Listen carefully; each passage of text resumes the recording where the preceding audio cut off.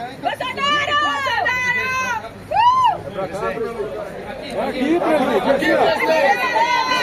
aqui, presidente. Aqui, Bolsonaro! Gente, vamos baixar o celular aí, hein? Presidente volta! 26! Baixa o celular, gente. Baixa o celular.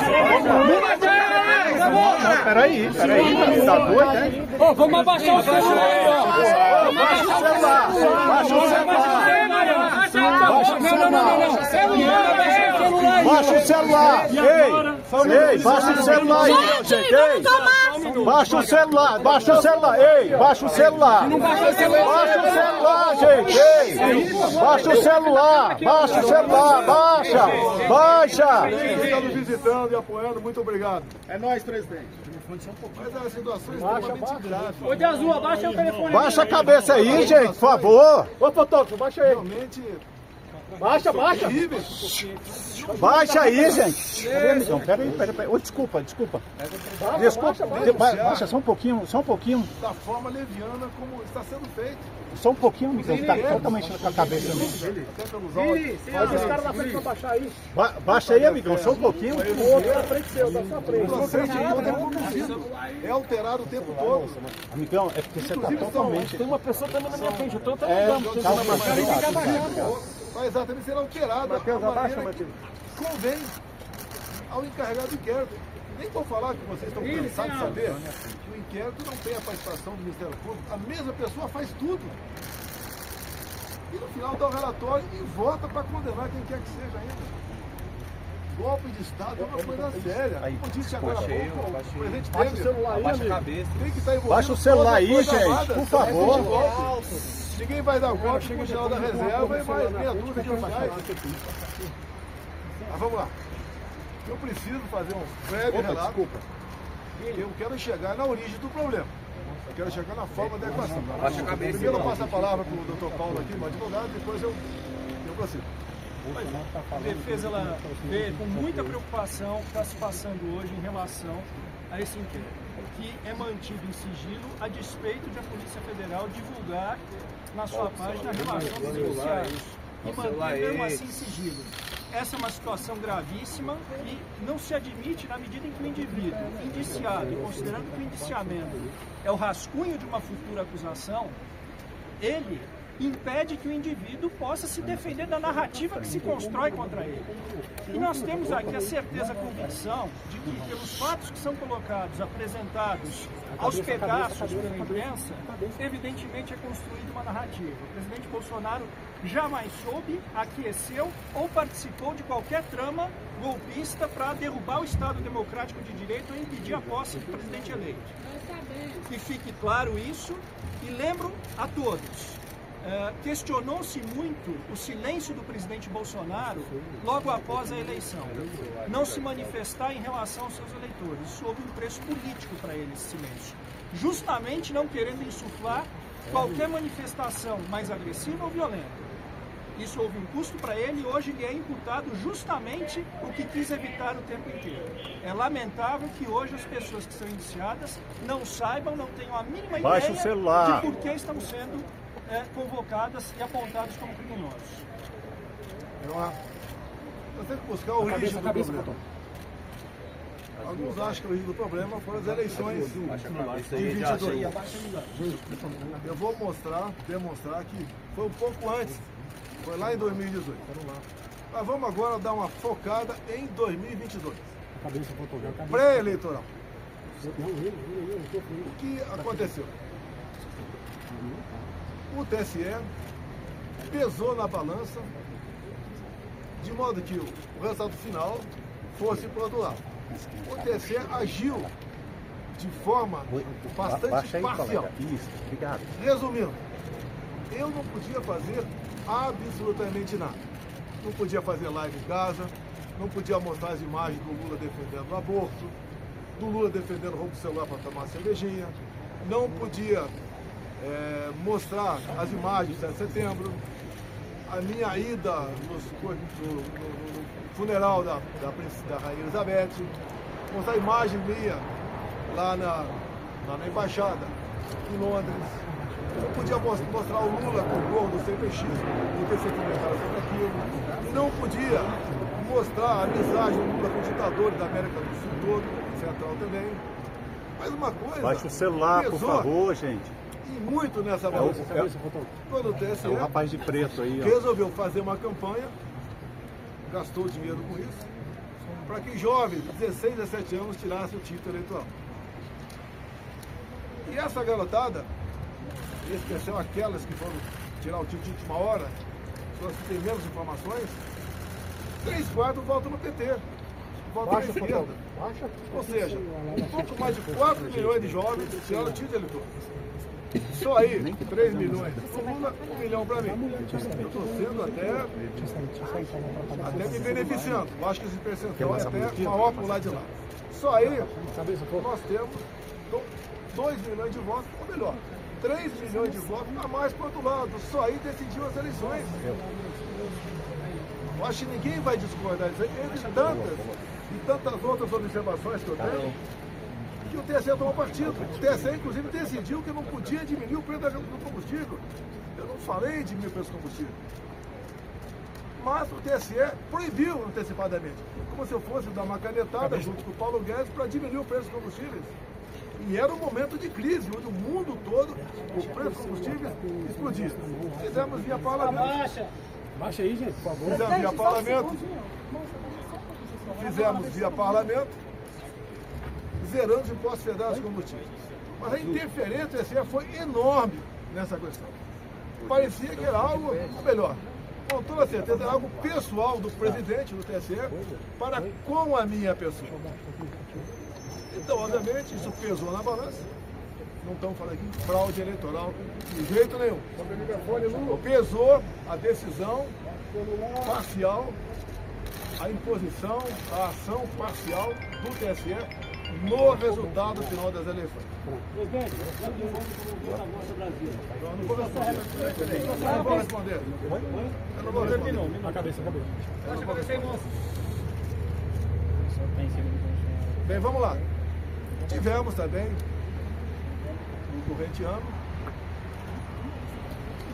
a Folha de São Paulo publicou uma matéria do jornalista Klein sobre áudios e mensagens trocadas entre o juiz auxiliar e os outros que estavam lá no TSE. Entre eles, o Tagliaferro, que estava à frente daquela comissão de combate à desinformação.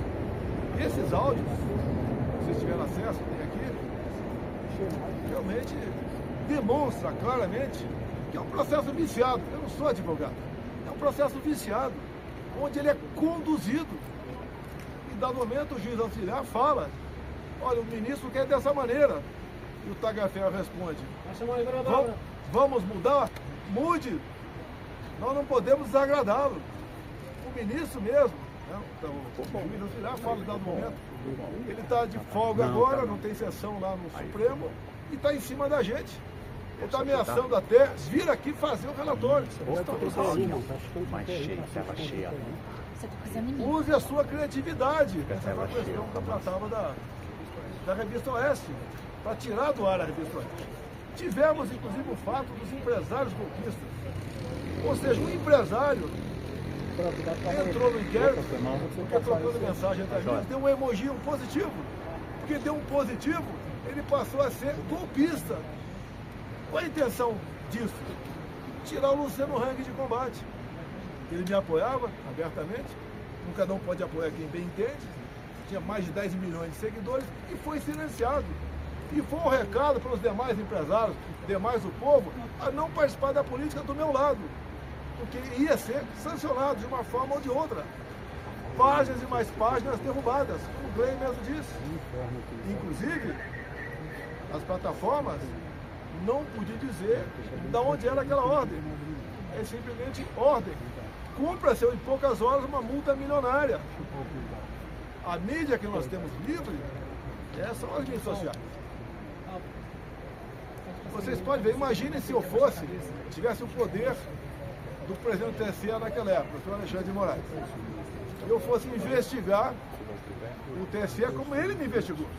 Ele me investigava desde 2021, no inquérito das fake news.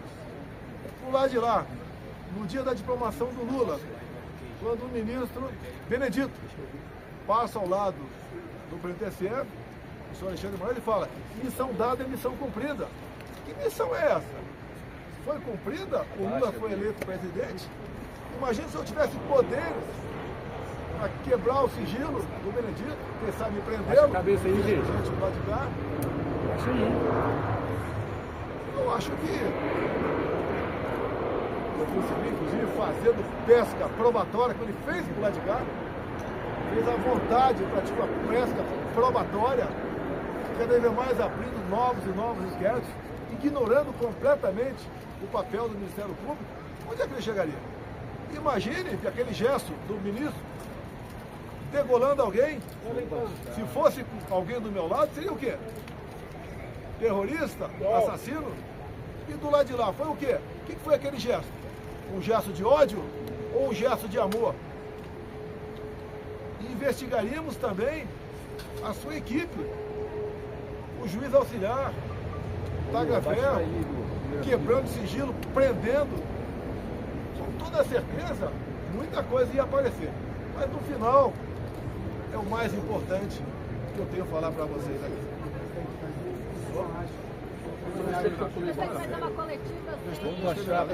Cabeça, chefe. Então aí nós estamos vendo aqui a participação do TSE para um lado de um candidato que foi tirado da cadeia, foi descondenado, porque ele tinha 3 condenações, pela lei da ficha limpa não podia concorrer, e acabou aí sendo presidente. Também é bom falar aqui, estou inelegível por quê? Porque me reuni com embaixadores. E por que me reuni com embaixadores? Porque 2 meses antes, o senhor Fachin se reuniu com embaixadores também e terminou essa conversa com o embaixador dizendo o quê? Resumindo, tão logo o TSE anuncia o resultado, os seus respectivos chefes de Estado deveriam ou devem reconhecer o ganhador das eleições. Já tinha a resposta, já sabia quem ia ganhar. Vamos lá. Nós questionamos o TSE. O advogado do partido questionou o TSE, buscando uma maneira de sanar algumas dúvidas da nossa parte e algumas inconsistências. Nada mais justo o advogado fazer isso aí. Em poucas horas, o senhor ministro-presidente indeferiu e nos deu uma multa de 22 milhões de reais, alegando litigância de má-fé e atentando contra o Estado Democrático de Direito. Isso é muito importante. Tudo se resume Estado Democrático de Direito. Próxima ação, recomendo o pessoal, se for mexer aqui no Brasília, né? Contratar um advogado, fala, se tiver alguma multa você paga, não vai ser eu não. Eu não tinha como pagar uma multa de 22 milhões de reais. Nem com o Pix todo que eu recebi. Essa multa é justa? Cadê a nossa OAB? Cadê o papel do advogado? Que está sufocado e não pode exercer com a devida liberdade a sua profissão. Basta ver que pessoas condenadas a 17 anos de cadeia, onde os ministros que julgaram e condenaram não ouviram a voz do advogado daquele cliente. Eu nunca vi isso na minha vida. Que estado de exceção é esse? Agora vamos entender aqui algo que é muito importante, que é o fecho final. Nós temos a solução para isso tudo. Então, eu questionei, através do partido, a vitória do Lula. 2018, quando eu ganhei eleições, algum partido me questionou? Algum partido questionou essa eleição de 2018? Alguém sabe algum partido? Não. Nenhum partido questionou o resultado das eleições de 2018. Extremamente importante. Mas, após o segundo turno de 2018, chegou um papel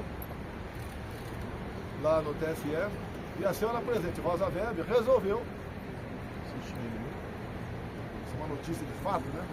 Resolveu oficiar a Polícia Federal requerendo a abertura de inquérito. E assim foi aberto o inquérito. 1361, novembro de 2018, PF. Então o inquérito foi aberto, eu não sabia. Fiquei sabendo 3 anos depois, que foi questionada a minha eleição. E o TSE tem uma celeridade enorme a esse inquérito. Na primeira semana, o encarregado do inquérito, o delegado da Polícia Federal, colheu informações dentro do TSE. Bem, eu não sabia, ninguém sabia disso, até que chegou o ano de 21. No ano de 21, o Parlamento, a Câmara de Deputados Especial, voltou a discutir a PEC do voto impresso. A presidente, a autora, Bia Kicis, deputada Bia Kicis aqui do DF. Ali então, alguém falou desse inquérito, 1361. E a comissão especial requereu, junto à PF, a cópia desse inquérito.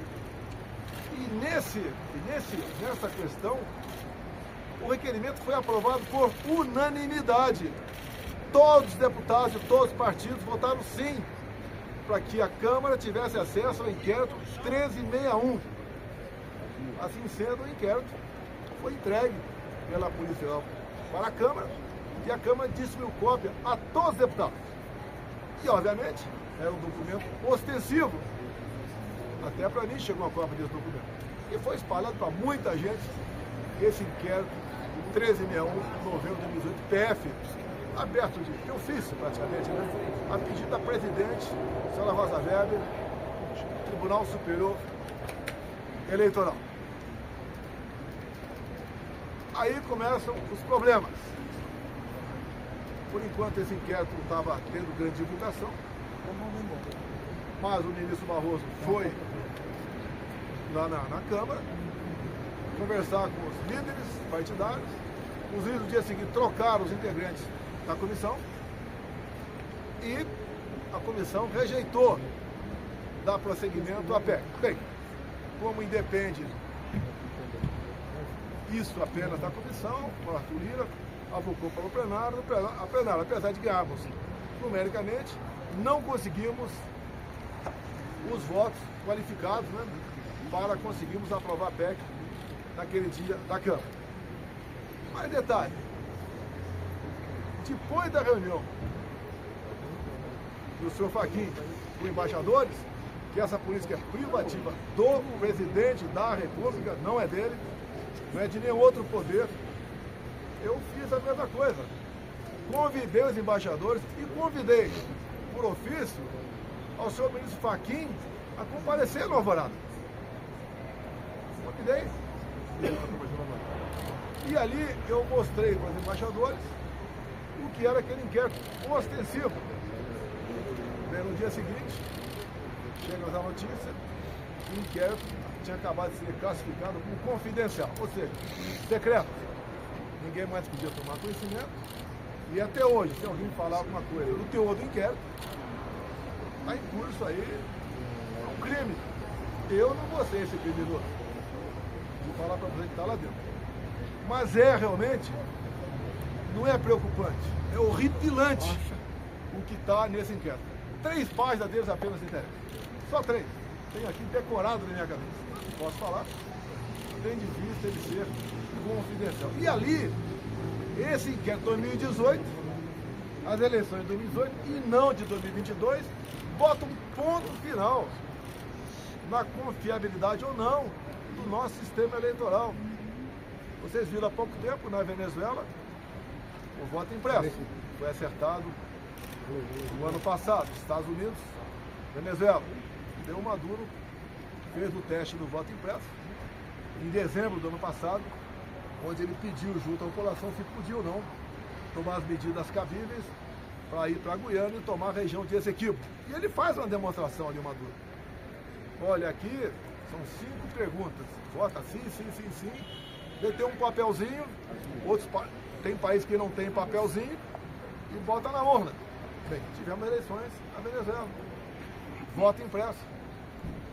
Eu acho que não precisamos conversar o que aconteceu na Venezuela. Inclusive, em dado momento, até o Maduro falou com o Lula, né?